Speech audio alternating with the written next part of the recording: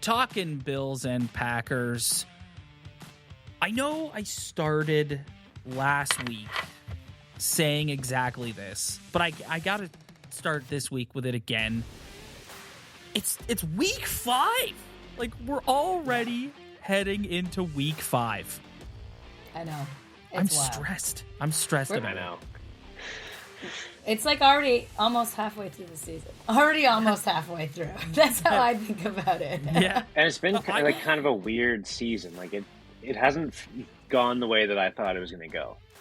The amount of games that have gone into OT than this past 5 weeks. I mean, I don't know. Maybe I'm overanalyzing, but I don't recall any amount of games going into... Like, last season was like, what, a handful of games? Not even? And now we're even already into 4-5 games into overtime? I was listening to another pod last week talking about it, and they're right. Parity has hit the NFL. Like, never before can I remember a time where, like, anybody can beat anybody on any given Sunday like the league is right now. It's crazy. Yeah, it's true. I mean, and the Raiders suck again, so they're right back into their rifle spot, right? Got their first win. They're still first suck, win. Though. Yeah. There's what does that say about the Denver Broncos? The Denver Broncos. Yeah. Hey, the Raiders are coming alive. That's my prediction. Remember, I said they're gonna win the NFC this year. They're coming alive. Yeah. Okay. I was a big fan of the Raiders last season, and I ate my words. I think around this time, I think I was very pro Derek Carr, and then I was like, the just roller coaster started going down. And I'm also just joking. Like they're terrible. Like I know they're not going to do anything. It's just you got to go with your bet. All right. Hold strong. Do we start with the Bills or do we start with the Green Bay Packers? I'll leave it up to you guys. Both down to the wire games in week 4. Let's go with the Green Bay Packers. Paper, scissors. Let's go with the Green Bay Packers, who defeated the New England Patriots 27-24 in overtime. Where do you guys want to start with this? Like, it's the defense. We can start in the second half when Aaron Rodgers finally woke up and realized he was playing a football game. We can do the same thing he did if we want. That sounds familiar. There's the quote coming out that he turned to his team and was like, "We cannot lose this game." It's like, yes, because Bailey Zappe is quarterbacking the New England Patriots right now. And like, does he the not rookie look better? Looked good. He looks better than Mac Jones right now. Yeah, he did. He threw. That touchdown throw, goddamn. Like, he did. He looked really good. But it's like, you come into the game. There's so many things about this game that were frustrating. You come into the game, and Brian Hoyer is starting at quarterback for the Patriots, okay? 0-11 starter Brian Hoyer. So Yes. So it's like, ahead of time, offensively, the New England Patriots are going to run the ball, right? Mm-hmm. Why are you as a defense not prepared for that and are getting gashed by the New England Patriots run game over and over and over and over? It's like, I don't understand. That run game was what allowed Bailey Zappe, when he eventually came in the game, to be able to complete those touchdown passes because they're worried about stopping the run. And it's like, what? Why? Like, Department of Obvious, the New England Patriots are going to run the football. Like, I don't understand what the breakdown is. Then you go to the offensive side of the ball, and you touched on it a few minutes ago, DVD. The entire first half was Aaron Rodgers being a prick and saying, I'm not throwing this ball to Romeo Doubs or Christian Watson or any of these young kids. I'm going to try and force it to Lazard. I'm going to try and force it to Randall Cobb. When we hand it off to Aaron Jones, he's producing, but I'm going to audible out of these run plays because that's what he does. LaFleur is like radioing that into his helmet, and he just checks out of it, and I'm going to try and force it somewhere because I need to pad my stats. Throws a pick 6. It's just... I don't know. I don't know what to say, to be honest. Like, that it's not going to be any different than last week. Like, he's going to have to fucking get it together because, like, you can't just completely, like you said, force it to the same guys. I think they really also need to check themselves and see if their wide receivers are, like, deep enough for a playoff run, and if not, get some at the trade deadline. But I don't know. I like Romeo Doubs. I think he's a good player. I don't know why they don't just give him the ball more. The mistakes he makes remind me a lot of a young Devontae. Like, I remember Devontae his first couple of years in the league, and he couldn't hold on to the ball to save his life, and how frustrating that was. And that's what Romeo reminds me of. He's got all the tools. He just needs more reps, and he needs to get more comfortable, and he needs to just... He's a young kid. Like, it's not going to be the Aaron Rodgers, Jordy Nelson clique that it was of, like, 2010. Like, let's just get serious here. I don't know. I don't know what to say about them. Their defense again saved them to a certain degree in special teams, but that was about it. Special teams is like, that's the biggest improvement from last year thus far, because the defense has been pretty up and down. Like, the defense was horrible against the Vikings, and then they were good against the Bears and who'd they play after? The Buccaneers. Bucks, And then they were okay against. I just think it's so funny. And Brian, I'm going to let you jump in here in a second. I just think it's so funny that, like, after the game, Rodgers is like, and he said the same thing on Pat McAfee. He's like, I turned and I looked at the guys and I said, we're not losing this game. It's like, yeah, because you didn't want to spend the whole week telling people why you lost to Bailey Zappe. I just like you saying Bailey Zappe. You say his name with such disdain. It's a great quarterback name too, Bailey Zappe. Yeah. It's a great Maction sort of quarterback name, like not like, you know, full on call it like, you know, Alabama, but it's kind of in the Maction area. Yeah, but do you really think it was Rodgers who's like pepped up the team and they're like, no chance. Everyone said Aaron said we won't lose. I don't think he said it in like a pump up way. I think he like said earlier, like you put it perfectly earlier, DVD. He was like, "Oh shit! Like we can't lose this game. This is going to be embarrassing." Can you imagine being Bailey Zappe? Okay, you're a 7th round pick. You don't think you're going to see the field all year. Brian Hoyer gets knocked out on like the second series of the game. You make your NFL debut in Lambeau Field against the 2-time defending MVP of the league and arguably one of the greatest of all time. And you take him to OT. And almost win. And almost win. Yeah. Yeah. No, it was ridiculous. Do you think people still respect Rodgers? Do you think his like respect is dwindling amongst his teammates? Do you want to ask somebody who doesn't cheer for the Green Bay Packers that question? Yes. I'm asking you too. Yeah, Brian, I don't know. Your perspective will be interesting here, Brian. I mean, I just find him like quite annoying. Like when you look at like he's a great football player, but like everything he does in the media, like if Josh Allen was doing that, for example, it would be tough. It would be a little tough. Yeah. Like he's so into himself.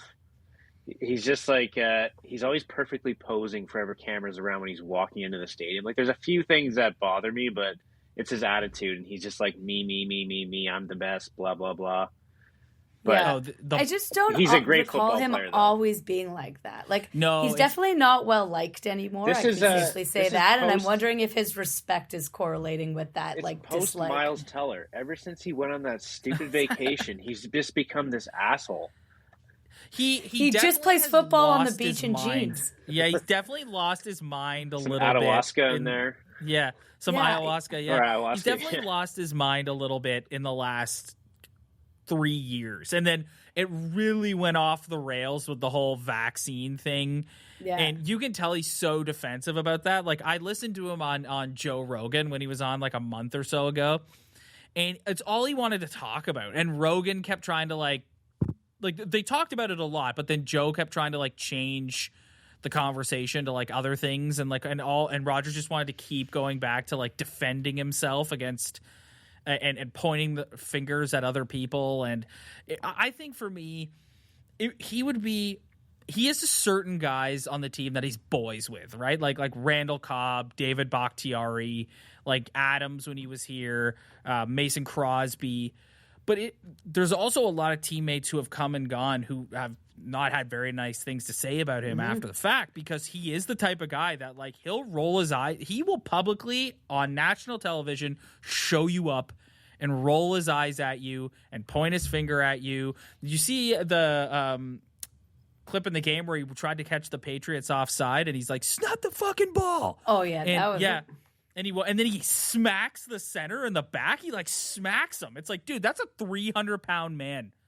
Yeah. And it's also just complete disrespect to your teammates. Like, I understand you're frustrated and you want to win the game, but you don't pull shit like that. You're supposed to be a leader. Like, don't fucking be an asshole like that. Yeah, I don't know. So the consensus on the Green Bay Packers is what we have talked about since we started this season of this podcast, which is this offense is going to be a work in progress. And I do think there's credence to what you alluded to earlier, which is like, is this receiving core? I think the Packers are definitely good enough to be a playoff team.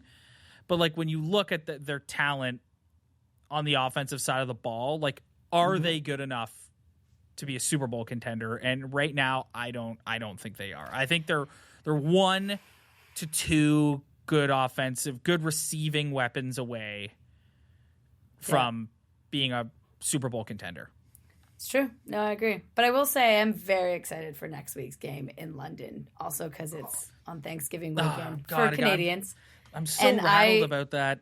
We'll be there with my mimosas at 9 a.m. watching kickoff. You also know that's the first time that 2 above 500 teams have played it in Europe for the NFL. It's the very first time. Yes, it's always I the saw Jags that. and Yeah. The stadium, because they're playing in the exact same stadium. They're playing in like the Tottenham Hotspur Stadium. Yeah. It looked incredible there on Sunday with the Vikings and the Saints. It looked incredible. And did you see the turf change? How it came up in layers? That was so satisfying to watch. Leave it to the Euros. The Europeans know how to do shit. Yeah. You know what I love about the London games, obviously, because nobody has a team over there. It's like everyone just wears their team's favorite jersey to the game. So it's just like a smorgasbord of just every NFL jersey throughout the stands. It looks fantastic. Yeah. There's so many Jag fans in the UK because the Jags play there every single year. Like, they've been consistently, like, since Bortles' time in Jacksonville. So, like, there's a lot of Jags fans over there. Moving on. Let's shit on Brian's team. Yes. Yes. Moving on. Let's talk about the Buffalo Bills, who also eked out a win over the Baltimore Ravens with a walk-off field goal. Brian, were you biting your nails through 4 quarters watching this football game? Well, actually, in the second quarter, when they scored the touchdown with like a minute and a half left in that quarter, like, I kind of felt a shift there. And then after watching them come out in the third quarter, it was kind of a different team. And, like, thank God for Jordan Poyer. My God, like, having that guy back in safety that's what this team was missing. But I feel like Ken Dorsey did this on purpose to be like, look, we can win a 1-score game. This isn't that team you're gonna get within 7. You're gonna beat us every time. We're gonna come back from 17. We're gonna win a 1-score game. No, I don't like how they had to do it, though, because Allen had to run the ball like 11 times, which I'm not really a huge fan of, to be honest. And, so Singletary ran the ball 11 times as well, and he had, like, 15 less yards than Josh Allen. That guy's got to get his ass moving. I can't – like, he's great wide receiver. He was actually a really good, like, Edelman-type slot receiver in that game, but, fuck, can you run the ball, please? Like, let's not let Allen do this every game. Yeah. Go ahead, DVD. No, I was just going to say, I completely agree. And it ripes him right up for injury. Like, that's what I'm saying. Dude, every time he gets tackled, I'm like...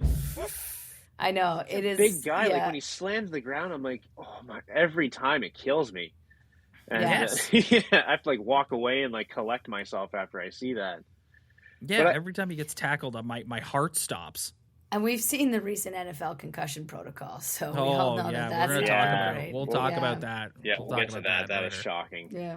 But I'm really concerned with Gabe Davis as well. Like, you're supposed to be the number 2 receiver on the team. Like, you had a great AFC Championship game, good preseason, I guess, good first game of the season. But he's basically been invisible. He was out for a game. He's been back. He hasn't really been a great receiver. Like, he had like 2 catches last game for like 13 yards. Which that's concerning to me. Yeah, I'm. It's just it's still the reliance on Josh Allen to move the ball himself, and I don't know. They just need to get their one snap. Their offense looks like it's firing on all cylinders and is a well-oiled machine. The next snap, it looks like it's a fire drill for the Buffalo Bills. Mm-hmm. That's what I really took away from watching them on Sunday. I was like, this is an inconsistent offense, and when it's clicking, it's really clicking. But it's only clicking through the air. Like, they need to have a threat of a run. And people, if you're just going through the air, they're going to defend that every time. Like, Josh Allen's great, so he'll make it work most of the times. But AFC Championship, it doesn't work like that. So unless you can establish the run throughout the season, I'm very concerned. Any final thoughts on the Buffalo Bills? Defense is good. Yeah. Who do they play this week? They're playing Pittsburgh, so I'm hoping that's Kenny an easy Pickett. one. Yeah, yeah. That offensive line is a disaster, though. You can be confident going to Pittsburgh. Are they in Pittsburgh or are they at home? And they don't have TJ Watt. Let me see. Brian, can I just hit on a Packers-Bills connection? Yeah. I don't think anyone should underrate the loss of Micah Hyde to injury and what he means to the Buffalo Bills. That's huge. That's a massive injury. Now that we have Poyer back, though, I feel slightly better about it. And if Tre'Davious White can come back into this lineup, that's even better. I'm not really sure of his timetable because the Bills are they're very wishy-washy with information about Tre'Davious White.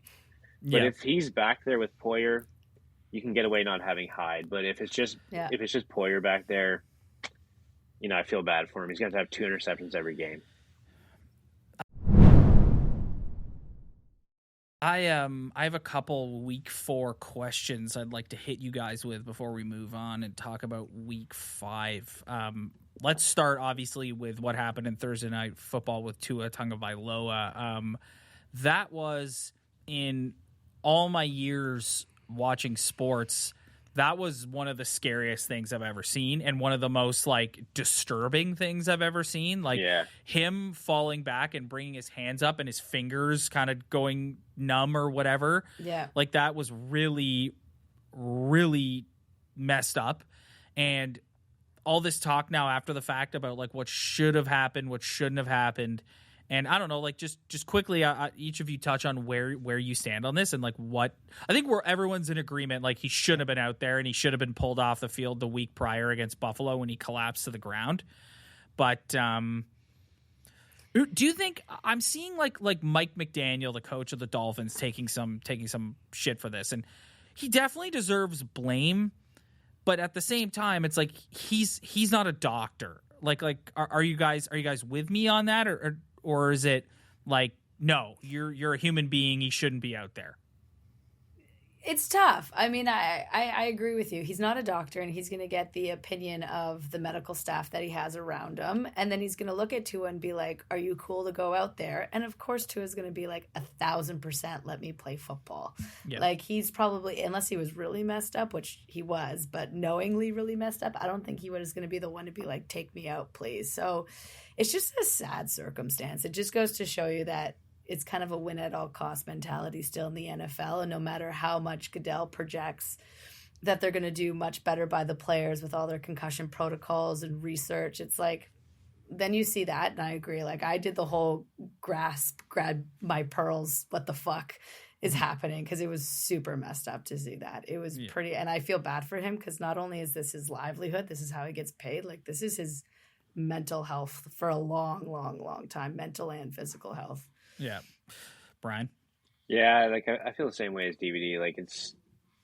I don't blame Mike McDaniel because he's not a doctor, but at the same time, he's well versed in football, and I'm sure he's seen a few concussions before. When I saw him in the Bills game, I had no doubt that was a concussion just by the way he acted, and they said it was his back, this and that, but have you ever seen somebody collapse like that from their back? No. It's very tough. I've taken first aid training, so I kind of know signs of I'm not a doctor as well, but I've been trained enough where you can kind of spot things. And I'm sure everybody on that coaching staff has been trained in the same way. You're not a doctor, but you have to use common sense. And to start him in this game I don't feel is the right call. I know. I kind of was like, oh shit, he's going to be out for 3 weeks. And Yeah. I don't know if 3 weeks is even long enough, to be completely And the honest. way he got slammed down on that hit too, Yeah. like that was like a wrestling move, that body slam. But he didn't hit his head at first, right? He like kind of hit his head hit last, and he was already sort of out before his head went all the way down, which goes to show you that like he was already concussed severely. So just the impact of his body hitting the ground was enough to like sort of cause that, and then his head hitting just made it that much worse. But yeah, it's they've already ruled him out for this coming week. Obviously, they play the New York Jets this week, so like they've ruled him out. Do we think he'll be back at all? It's the NFL. I think he will be back. I think he will. I said weeks. 3 weeks. Yeah. 2. Maybe 2. But no, it's also sad because it's like you want to grow the game of football at the grassroots level, but this is just showing parents that they don't want to sign their kids up for football. No. They don't want them to grow up with this kind of risk of injury and this severity of injury. It's just shitty. And it does suck because like it was nice, like having a team like that in the AFC East, because it was it was this super rivalry kind of building, which is kind of a shame. Like regardless of who wins these games, like it's nice to have those battles, and you want the best people out there. Yeah. So it sucks for that as well, but mainly just for Tua. That's all we're really concerned about. All right, a few more week 4 questions for you guys. When was the last time you saw a team score 45 points and still lose? Because that's what the Detroit Lions did on Sunday. And is that not the most Lions thing of all time to do? Yes, like that is so Lions. I mean, to answer your first question, probably never. Yeah. What about when the Chiefs and Rams played when Jared Goff was on the Rams? That's true. Came to mind That's as well. true. Yes. I did forget about that one. Yes. Yeah. That came to mind as well. But it's just so funny because it's so Lions. It's so Lions. Like they go out there, they play their hearts out. They're not a very good team. Dan Campbell has them like they're a team that is going to fight you tooth and nail, and they're going to earn every loss. Like they're just it's just so, man. If you're a Detroit Lions fan, like I tip my cap to you. Like that is it's tough. There are few franchises in all of professional sports that are as frustrating and as just like dumbfounding as the Detroit Lions. But there's so much fun to watch. Like it's just a party the whole time you're watching this game. Well, that's what I was going to say. And that team is just kind of like, to me, like, meh, they're a team. They're there. They play football in the same division as my team. Like, remember when I said they could lose to literally anybody by 3 points? Yeah. Like they could lose to the Chiefs by 3 points, and they just lost to the Seahawks by 3 points. In a very high scoring game. I know. Too. Like it's not, because like Jared Goff is like pretty good actually this year. He's been having really good stats. He's scoring a lot of points. It's just the defense is horrible. So, it's horrible. Yeah. It's horrible. Is Dak Prescott's job in jeopardy? Jerry Jones is making it seem that way. Cooper Rush is a winning machine. I know. I'm going to go with yes. Yes. Very much wow. so. I wouldn't. Is he out for this? No, he's not out for the season. No, he's out. No, he's back. He's questionable for next week. They originally were going to rush him back.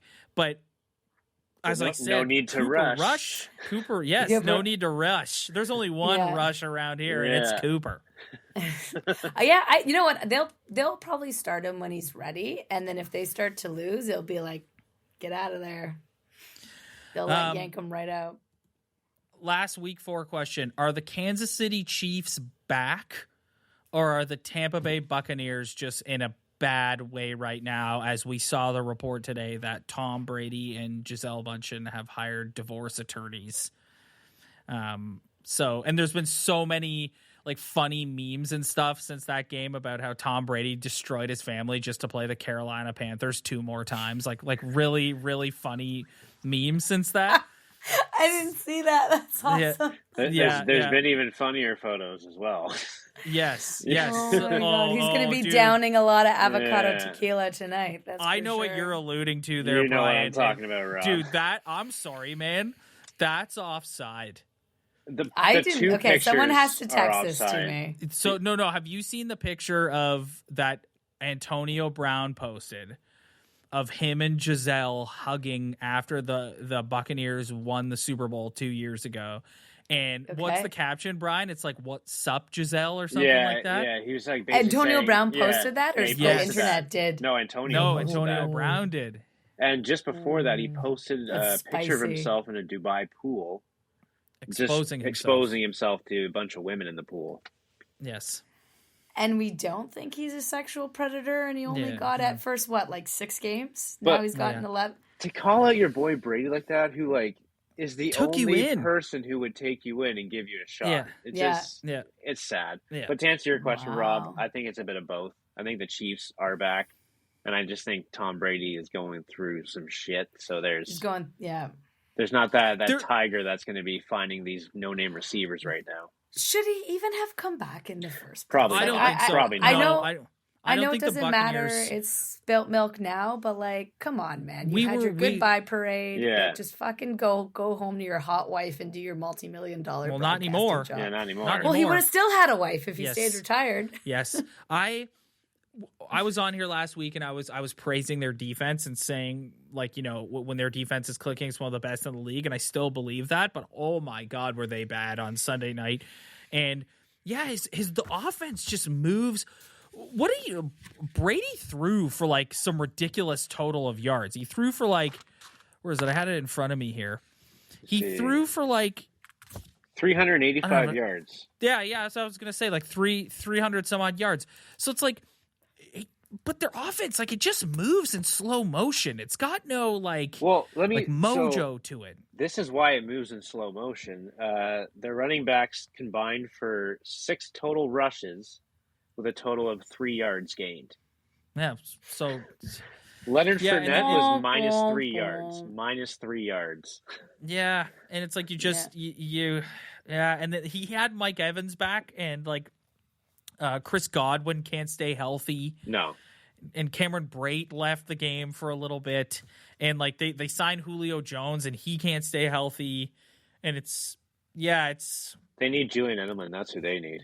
Yeah, Tom. He needs Gronk. Yeah, he really misses Can't do Gronk. anything without Gronk. Yeah. So I don't know. But Brian, I think the NFL never lets us down when it comes to narratives, particularly as we get into the postseason. And I just think we're going to go 3 for 3, Bills, Chiefs in the playoffs, and hope that this year that game is in Orchard Park. Oh, it better be. Yeah, as opposed to Kansas City. We can't have any more bad losses this year, though. You can't lose that home field. Yeah. All right, moving on. Let's talk about our picks that we're most interested in for Week 5. As always, the rule is no Packers and Bills because those are obvious choices. So who wants to go first? I'll let you go, Go ahead, DVD. Brian. I stole it last week, so I'll let you go.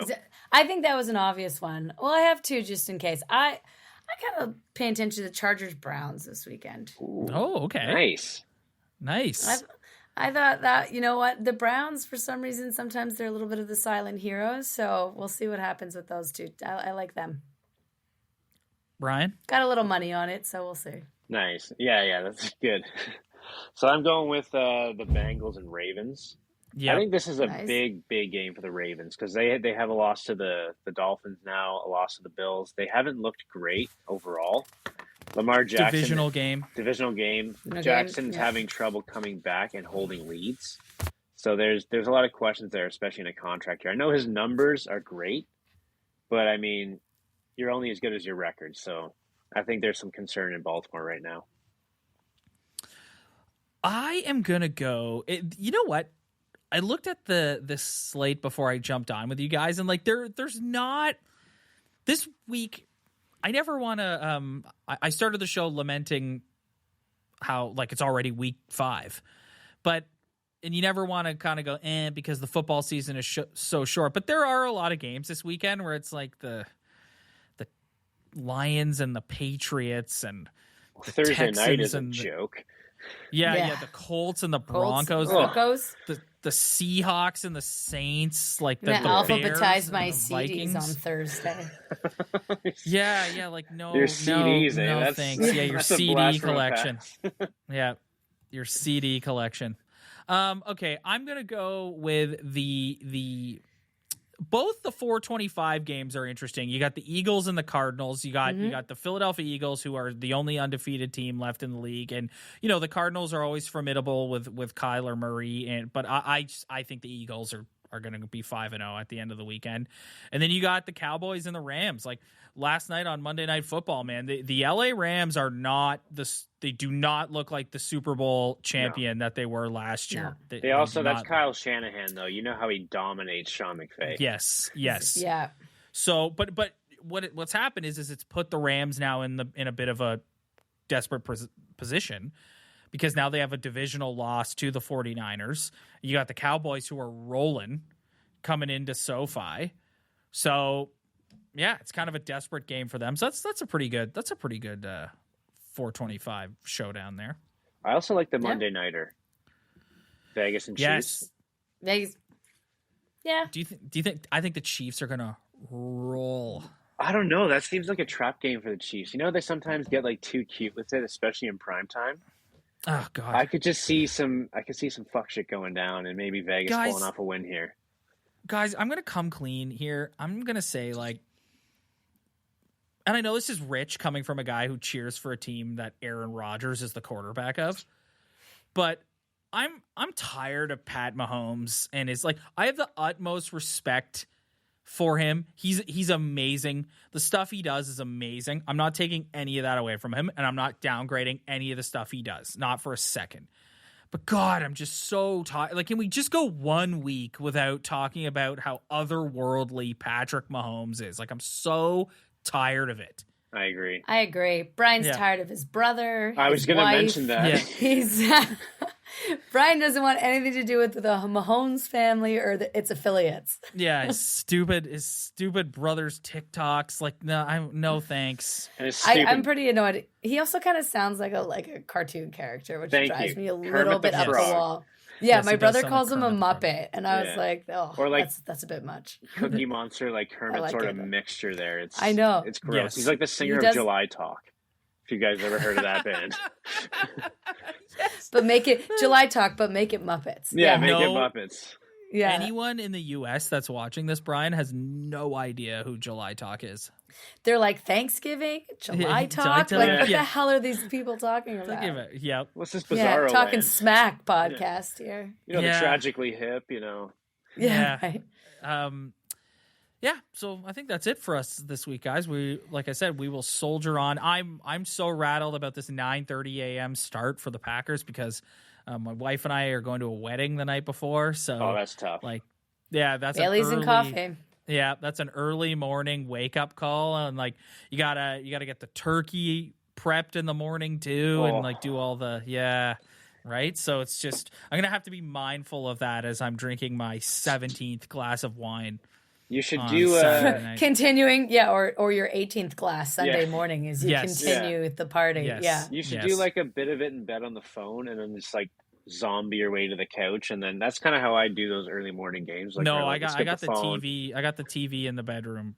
Oh, okay. Brian. Nice. So the TV goes on, and you're right. Yeah, lay there, watch maybe the first quarter, first half. Yeah, and I guess I'm excited. I'm excited. I got a good setup with my cousins on Sunday. I'll be up north, and we'll have like the big projector in the kitted out man cave garage. Oh, nice! That is God, green eggs gonna be flying. It's gonna be a time. Yeah. God, I love that. I love when you got a good setup like that. I live for that stuff. It's gonna be legit. It's a garage door open, crisp northern air. We're gonna. Yeah, I might be hammered by like 10:30. Yeah, that's fantastic. I'll be at my wife's parents' house, so the games will be on my cell phone, unfortunately. But you got to be polite. We've all been there, Brian. We'll make it work. Been there. Yeah.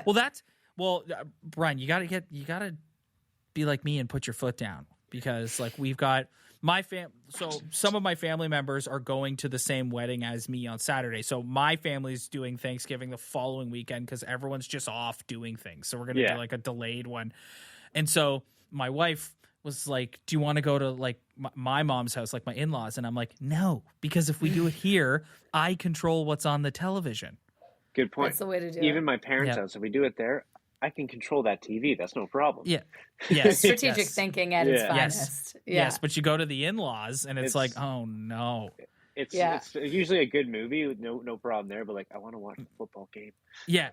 And then it's always that awkward moment where like my wife will go and be like, "Do you want to put your football on the TV?" And I'm like, no, I don't. No, do you want to watch your little football game? Yeah, do you want to watch your little football game? And it's like, oh, Rob, you got to make sure the football's on TV for Rob. It's like, no. And then they're asking questions too, like, "Oh, so what does that mean? What's the yellow flag?" I'm like, "It's okay. Don't worry about it. It's fine." That's hilarious. My experience with my family is complete opposite because everybody watches football. So it's more like, why is the football game not on TV? Take off this fucking garbage cartoons for all like the little grandkids and put the football game. Yeah. My family's the same way. DVD that we would have it on all day long, 100%. So is my family, but like my new family is not the sports type. In-laws. You'll convert them. It'll be fun. Yeah. It's a work in progress. Am I right? Yeah. I know what you're saying, Rob. Time and pressure. That's it. All right, guys, we're going to get out of here. Thank you so much for checking us out again this week. If you like what you see, hit that like and subscribe button below. Also, do not miss all the Leaf content that is still being uploaded to this channel. New name change for that show, by the way. I saw that. Yes, we need to... It's a Leaf show, so let's get the word Leafs in there. Kind of the same thing that we did with this show. So yeah, hit that like and subscribe button, and we will see you guys next week.